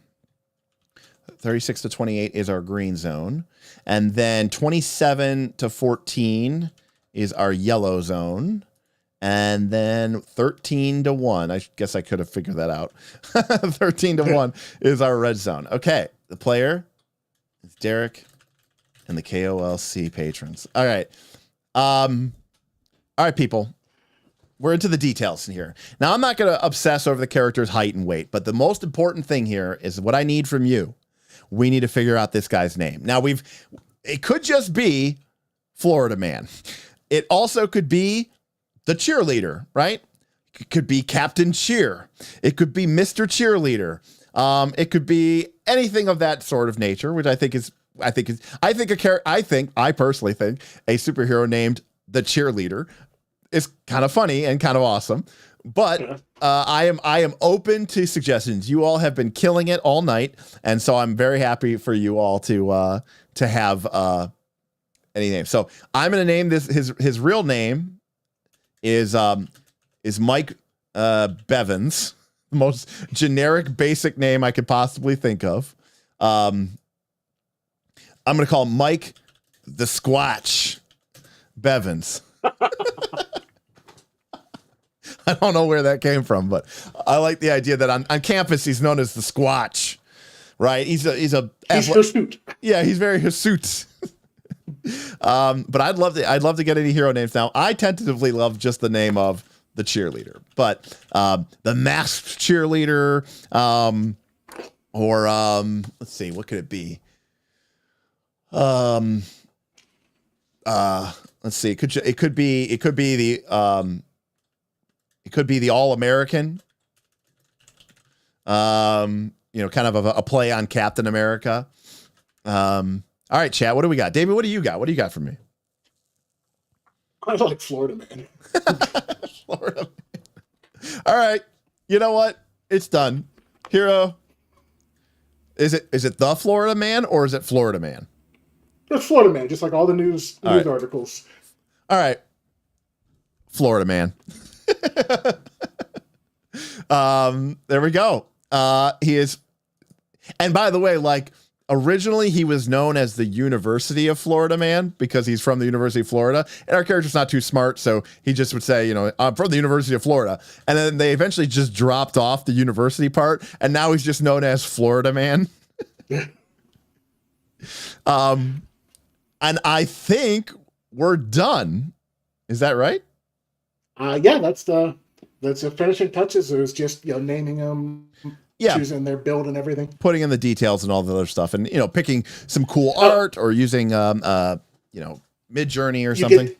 You get to name the first collection for him. Oh, okay, I got it. Okay, got it. All right, got it. Freshman Year Follies, Volume 1. Okay. Right, because everybody starts off with one collection already in the bank, right? That's like your right. backstory, right? They still have the Florida Man articles in this universe. It's just really confusing. Well, right, because now there's these things come up where it's like a mysterious Florida man saved there was a high-rise apartment fire, and mysterious Florida man saves 15. And you're like, oh, man, who is this mysterious Florida man? So in this universe, like, the Florida man is almost like this creature of myth, but not of cringe like in our universe. It's like, like some secret hero in their universe. In and around, of course, the Miami-Dade area. All right. So we have a hero. Gainesville. Oh, Gainesville. Yeah, what do I think? Yes. Yeah, Gainesville. Even worse. All right, so Mike the Squatch Bevins is better known as Florida Man. He is a performer, a male cheerleader who, through mysterious Gatorade-infused super energy, heightened all of his abilities to 11 and gained the ability of sonic control. His vocal cords had already been strengthened through years of shouting and cheering. His muscles had already been toned through years of college level athletic performances, and all of those were raised to the next level by the powerful, mysterious Gatorade. He's an impulsive man, as befits a character of his nature and stature. He is the everyman, but also destined for greatness.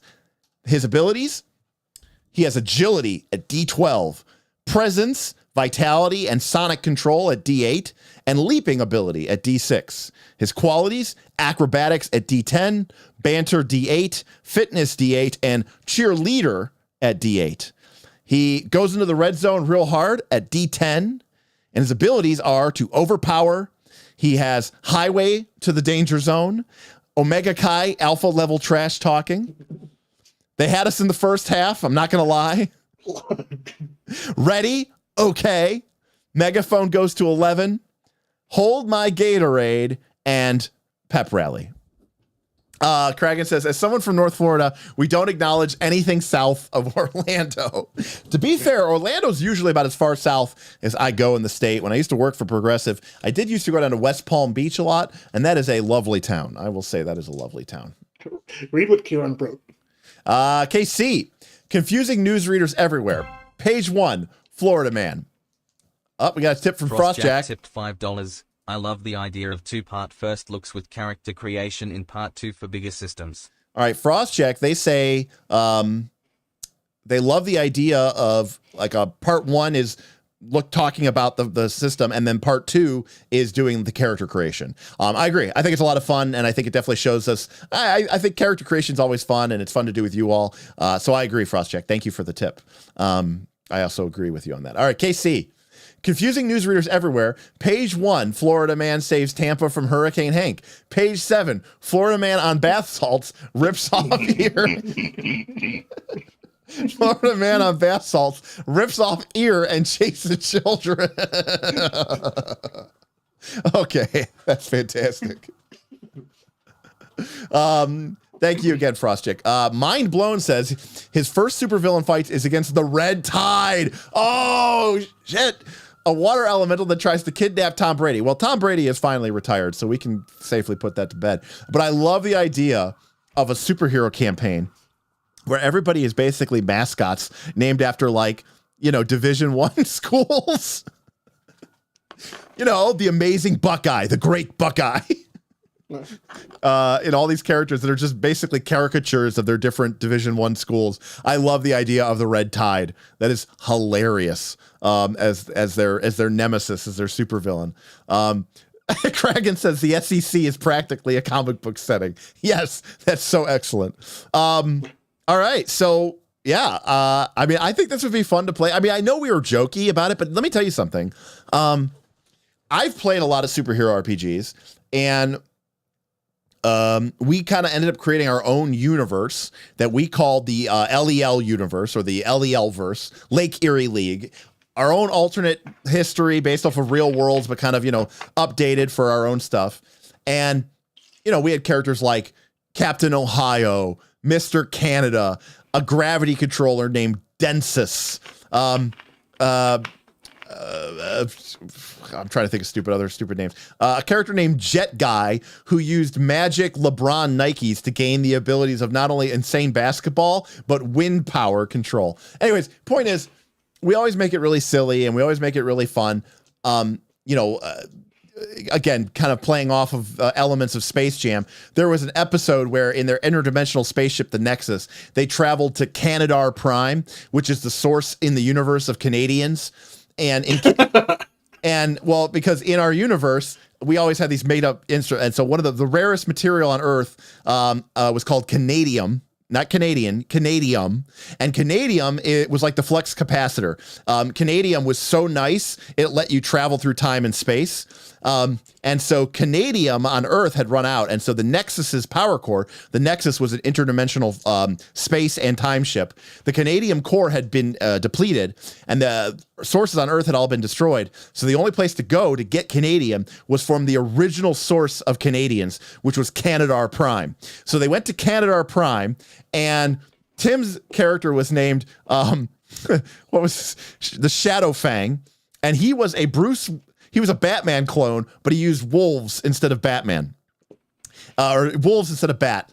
And so somehow we made a joke that his nemesis was a spacefaring werewolf, like half wolf, half man space pirate named Laser Wolf.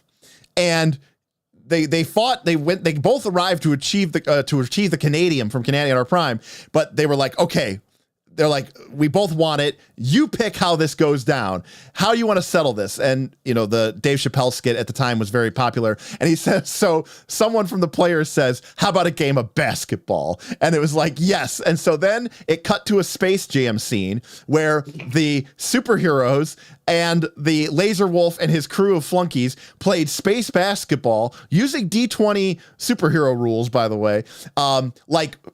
Aaron's character was a kind of like the Beast, but he was green instead of blue. And he did a slam dunk from mid-court when he leapt into the air and then shattered the rim and broke the whole thing. One of the other characters' name was Metamorphic, and he was like Mr. Fantastic. He could stretch his arms out, so he was getting alley oops from the 3-point line. We made this whole really just ghetto system that we rigged up really carefully to play the game. And of course, yes, KC, it ended with someone doing a slam dunk. I think it was Jet Guy who had the magical LeBron James sneakers, doing a slam dunk and going, game, blouses. Anyways, point is, it was utterly ridiculous, but we loved every minute of it. We tried to do a serious superhero game once, and it failed utterly. It was the only time that a superhero game has ever failed was when we tried to take it seriously. I don't know what you feel, Damien, but that's how I feel. Well, this game's made to be fun. Yeah, absolutely. It doesn't take it too seriously. You can make a Wolverine in this game. There's a personality for it. Sure. And all this kind of stuff, but it's never going to be as fun. This game is not going to do the grim, dark, late 80s, early 90s comics that I absolutely loathe. It's just never going to do it. Frostjack asking how that campaign failed. Well, Frostjack, it really just came down to the fact that we were sitting around playing, and instead of having fun and goofy, entertaining actions, everyone was much more concerned with the tone and the setting, and I just don't think people had as much fun. I think part of the reason people enjoy superhero games is finding fun and creative ways to use your powers and kind of getting away with it, because that's what superhero comic books are all about, right? It's always about some random bullshit that you pull out at the last minute that you've never mentioned before up until now, but you somehow managed to have it. So I think that I'm not saying it couldn't. I'm not saying you could do it, but I just think inherently having a game that has characters that have super abilities. And I mean, it's bad enough in the comic books, but when you put those into the hands of PCs, of players, trust me, they are going to start trying to do crazy, ridiculous shit with it every time. And it's just going to get out of control. So I think it was just because we were trying to fight that natural urge. I remember one time there was a dam that was about to, or a river or something, a lake was going to flood and the dam was cracking. And Mr. Canada summoned an army of ice beavers, and they literally had the ability of dam building. And he built an ice dam to hold back the collapsing lake with his ice beavers, because he's Mr. Canada. So he had magical ice moose, magical beavers, Canadian geese that dropped ice bombs. It was pretty funny. But anyways, I think that's just part of the nature of it. The amount of options you get in each section of character creation and the choice of reroll each section, might as well just say pick from the charts. Kraken, yes, but I also think that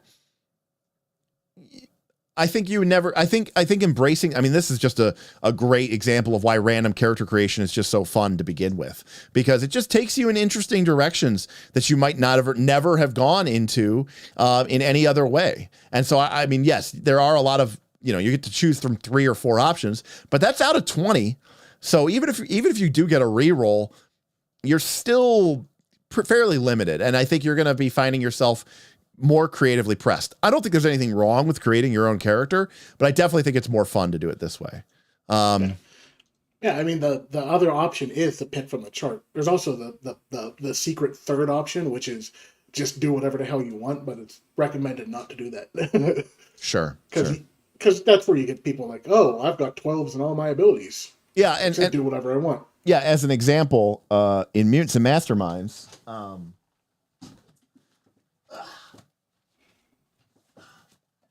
in Mutants and Masterminds, you know, you get like 150 power points to build your character, but like there is like an optional rule which says unlimited power points. Just, you know, build the don't worry about point to counting and how much one power costs over a different power point. Like if you trust your players and you're more interested in the comic book feel, maybe you have some characters that have way more power than other characters relative to them, right? Like even in a show like or comic like the X-Men, you know, some of the X-Men are a lot more powerful than some of the other X-Men.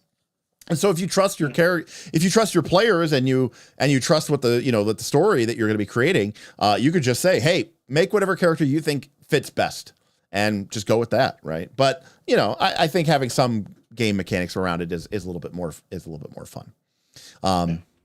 Yeah. Pick any also leads to everyone coming to the table with an existing superhero, right? Which I don't like that for I don't even like that for Pathfinder 2. I hate when people decide before the character creation session has even occurred, well, I'm going to be a hobgoblin fighter. And it's like, man, you're just making that decision in a vacuum because you have some silly build that you want to like see played out. It's like, it's one of the reasons I miss random dice rolls. I understand it introduces a lot of problems to the character creation, but man, like, I love that organic process of discovery. Like we did tonight, we discovered this character together. Everybody had a little bit of an influence. And I thought it was just a lot of fun to go through that process. But you could do this with your group. You know, one of my least favorite moments, and this happens all the time, even for me, is when you're sitting around like a character creation system and everyone's really excited and talking. And then you get to that point in character creation where nobody's saying anything and everybody's just like, nose deep in a book or looking something up on a tablet, and they're just quietly scribbling and writing because now everybody's just in their own little silo. I like for the character creation system to be very, you know, collaborative and boisterous and talkative. So, awesome. Well, hey, Damien, I think it's a fun system. I think it's pretty. I like being able to roll the power, roll the quality, roll the status, the 3 dice, the way of using the max, the mid, the min, and having the different powers kind of play with that a little bit. Sometimes you use max, sometimes you use max plus min is fun. I like the idea of the auto escalation either by taking damage or by the scene getting longer in the tooth. And so you start off by able to do these abilities, and then you get these abilities, and then finally you get your ultimate red abilities, and that's fun because that means that as a player, you know, you're not starting off the fight with your biggest guns, right? Things have your back has to be pushed to the back against the wall a little bit before you can pull out your biggest guns, and I like that. Not only is that fun from a pacing perspective, but it's very thematic. You know, the Megazord or Voltron never pulls out the sword as the first thing. That's always the last thing they do. And that makes the game and the genre and the feel of it a lot more fun. And you don't find yourself fighting against, right? Like there's always this weird tension, like even in a game like D&D or Pathfinder, where you're like, everybody wants this to happen, but it's not going to happen because everybody's going to just do the thing that makes the most sense. And so this kind of alleviates you of that. Yeah, this is it. The reason why I like this game. Now, I love Mutants and Masterminds, and it's still definitely a game that I'll still play. But the reason I love this game is because it emulates how comic books and comic book movies work. Everything escalates. You don't start, the Human Torch doesn't show up at the beginning of the fight, go Nova, and then go home. Right. Dr. Doom doesn't show up at the robot doesn't show up, and the first thing is like, he goes Nova Flame, epic, ultimate. No, he never does that as the first thing. Ironically, right, when does he do that? He does it when the situation is very dire, or strangely, characters always get their strongest after they've just gotten their shit kicked out of them, right? Like in normal situations, you'd be like, this person would just be dead, but somehow now they're their strongest, right?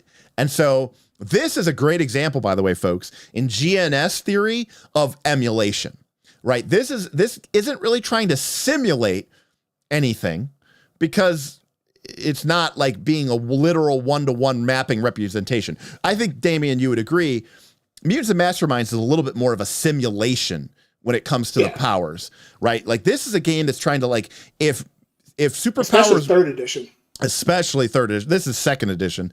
But like this game is more trying to emulate the feel of superheroes.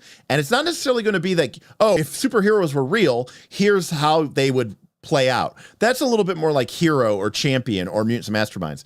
This is more of like, I want a game that's going to let me feel like I'm playing in a comic book. And I think this does accomplish that pretty well. Okay. I wanted to show you one thing that I find, because it goes into like emulating the thing about the comic books. If you look at any of the villains, pull up a villain real quick in the book. Okay. I'm assuming these are at the end. Yeah, they're in the bullpen. Iron Curtain. Yeah. All right. Look at the character sheet above that. Oh, here we go. Okay. I'm gonna zoom out a little bit. Yeah. You see those bottom two abilities? Yeah. They only get those abilities when they're alone. Oh, okay.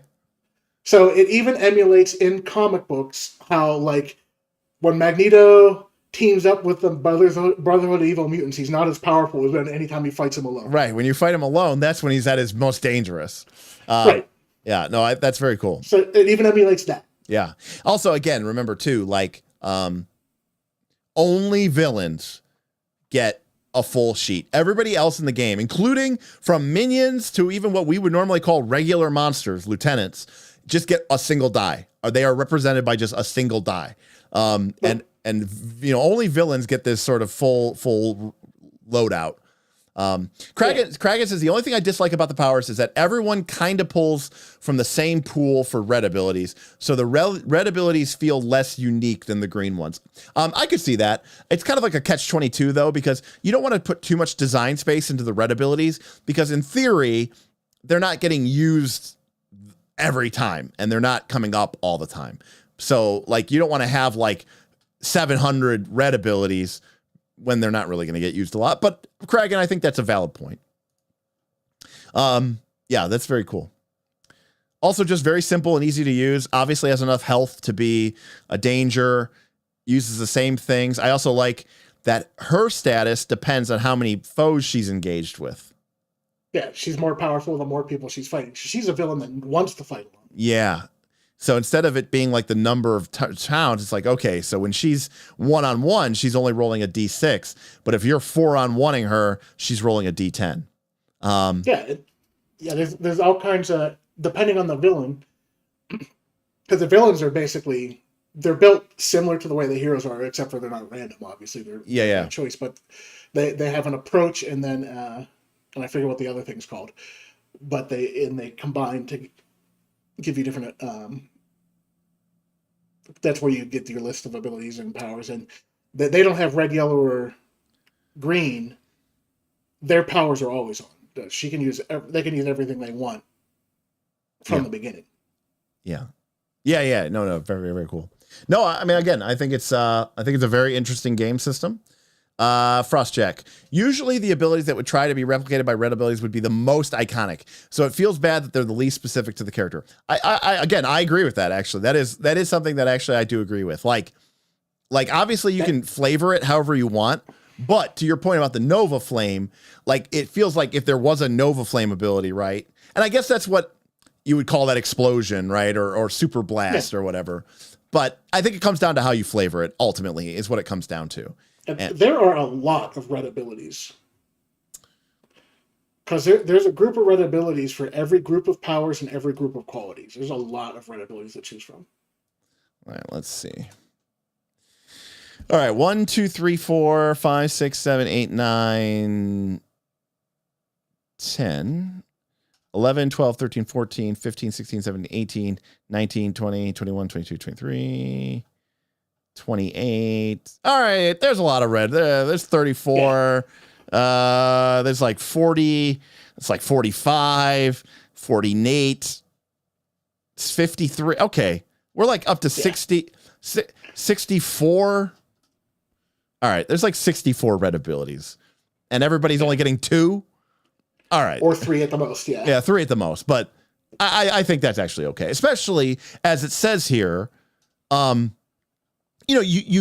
flavor it, you restructure it so that it fits your character and your power, right? Like the heroic, the elemental blast power is not just, it's different thematically, but it's also just different in the fiction when it's a flame blast versus an air blast versus an ice blast. So I think that does make a difference. So I actually think I could see where that might be a concern, but I don't know. I think I think there's a lot of them. So, all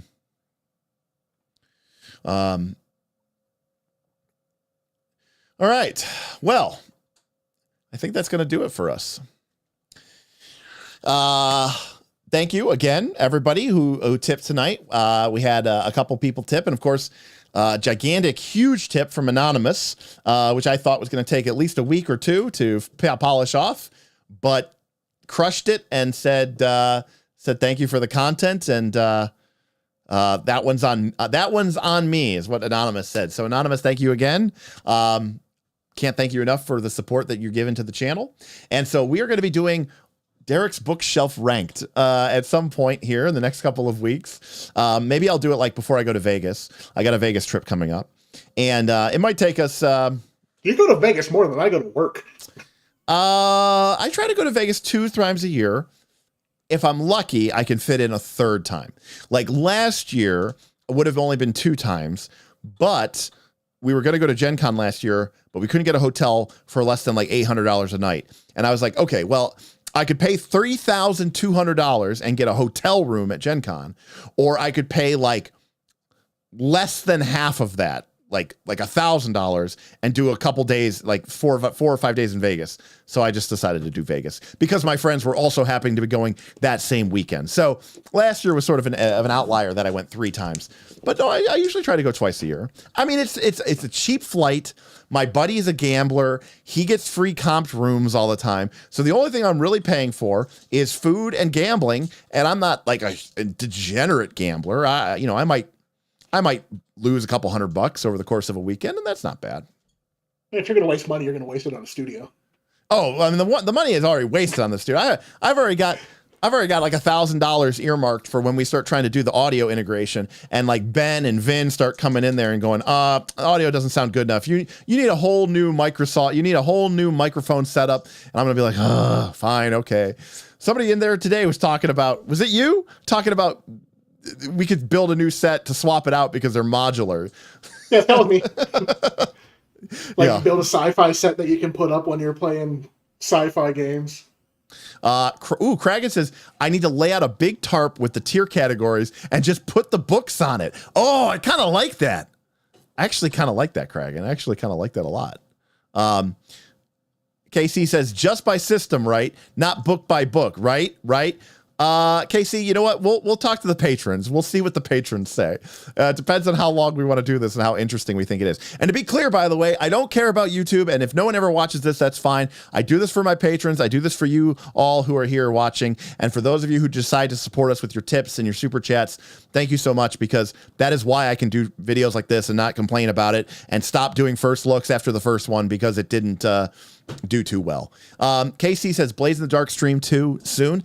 Yeah, KC, I could talk for days about Blaze in the Dark. So I need to get things locked down. I need to get Northern Reaches season 2 launched. I need to get Battlecry 3 and 4 published and started to be published. I need to get the new tiering system in place, because part of what I want to do with the channel is I want to do just more just like fun, just like system hangouts where we just kind of like get a couple of people in, like Damien joined us today, just get a couple people from the Patreon on, and we can just have a conversation like the old Nightlives. And of course, obviously with the studio being completed, we want to do that in person, have people call in. I think that'll be a lot of fun, just entirely too much fun. Frostjack says, maybe we could pick some books out of the bookshelf to do a full stream on. That would be very interesting as well. Yeah, always interested. Now, those wouldn't be first looks, because obviously if I own them, I've looked at them before. But yeah, no, I think that'd be a fun idea as well. keep the plates spinning. Book by book. Root stream August 22nd, Tuesday. Yes, somebody mentioned earlier, Lance, that August 22nd is actually a Tuesday, and that would be unbelievably hilarious. No, Root will be launching soon. We are honestly on the final leg. Soon. I will not say a date. But we're on the final leg of the studio construction. Everybody's really excited to get in there, especially us. I mean, I know this sounds crazy, but between the channel and our personal lives, I mean, I'm going to Vegas. Bob just went to a Disney cruise. Aaron had his goddaughter's birthday. He's doing something with his wife, I think, as a makeup for Valentine's Day because they couldn't get out on Valentine's Day because the kids were sick. Like we haven't played RPGs in like a month. And we have an RPG channel. What the hell? Like, it's crazy. Like, there's a lot of pent up demand and excitement for us to actually sit down and get to play some more RPGs. So, Aaron, at least you got to build a character. Yeah, I did. Aaron was saying the other day that he was like, "Man, I would play some Pathfinder 2 right now." He's like, "That's how much I'm missing RPGs right now." So, all right, everybody. Thank you again for joining us. We're going to be back Thursday doing your favorite, my favorite. I know they're Damien's favorite archetypes. We're going to be going into the S's. So a couple S's I like. There's some good S's. So we are going to be jamming through the S's and trying to crush those out as we start to close out all archetypes ranked, which almost assuredly will be our last big stream series about Pathfinder 2. We've all done all the spells. We did all the classes. We've done all the archetypes. We're not going to do all the equipment. We're not going to do all the, all the feats. So definitely looking to close that out. We might come back to it maybe next year, do something big or cool. But for right now, I think we're going to focus on other game systems and other elements of Pathfinder 2. Boothby, you all sold me on Sentinel Comics. Good job. Thank you, Boothby. And if you're like Boothby and you're interested in picking up Sentinel Comics or any of the other RPGs that we talk about on this channel, if you'd like to support this channel, there's a link description below with an affiliate link to DriveThruRPG. If you use that link when you buy anything from DriveThruRPG, we get a couple of %. It doesn't cost you any extra money, but it does help out the channel. Additionally, if you really want to support us directly, the best way to do that is to join our Patreon. Link is in the description below, patreon.com/Knights of Last Call. Damien's a member. He's a hero. That's part of the reason why he gets to influence me and be on these streams, is because one of the perks of being a hero is if you're available and you're up for it and you want to join a stream someday, you're welcome to do so. So like Damien, our patrons are the lifeblood of our channel. They're what keep us supported and keep us going and allow us to do all the fun stuff that we get to do. So thank you to all of our patrons. Thank you to all of our tippers and supporters, our YouTube members. And thank you to everybody who just watches and listens. Make sure you like, subscribe, click the bell icon. Damien, you get the sign off. What do you got to say for us, buddy? Well, I'm glad that we sold at least one person on Sentinel Comics, because I do think it's an excellent system. And I want to thank everybody who was into it, because I appreciate it. It's a game that I can talk about on the Discord, which I don't have many of. Well, that is well said. And again, I like superhero comics. Maybe, it's been a while since we've done a superhero RPG. But you know what? We've done Fate. I've done Icons. I've done Minions and Masterminds. The next superhero RPG that I run probably will be Sentinel Comics. So I'm looking forward to that day as well. All right, everybody. I will see you Thursday for more Pathfinder 2 archetypes. Until then, peace out, and we'll see you next time on Knights of Last Call. Later.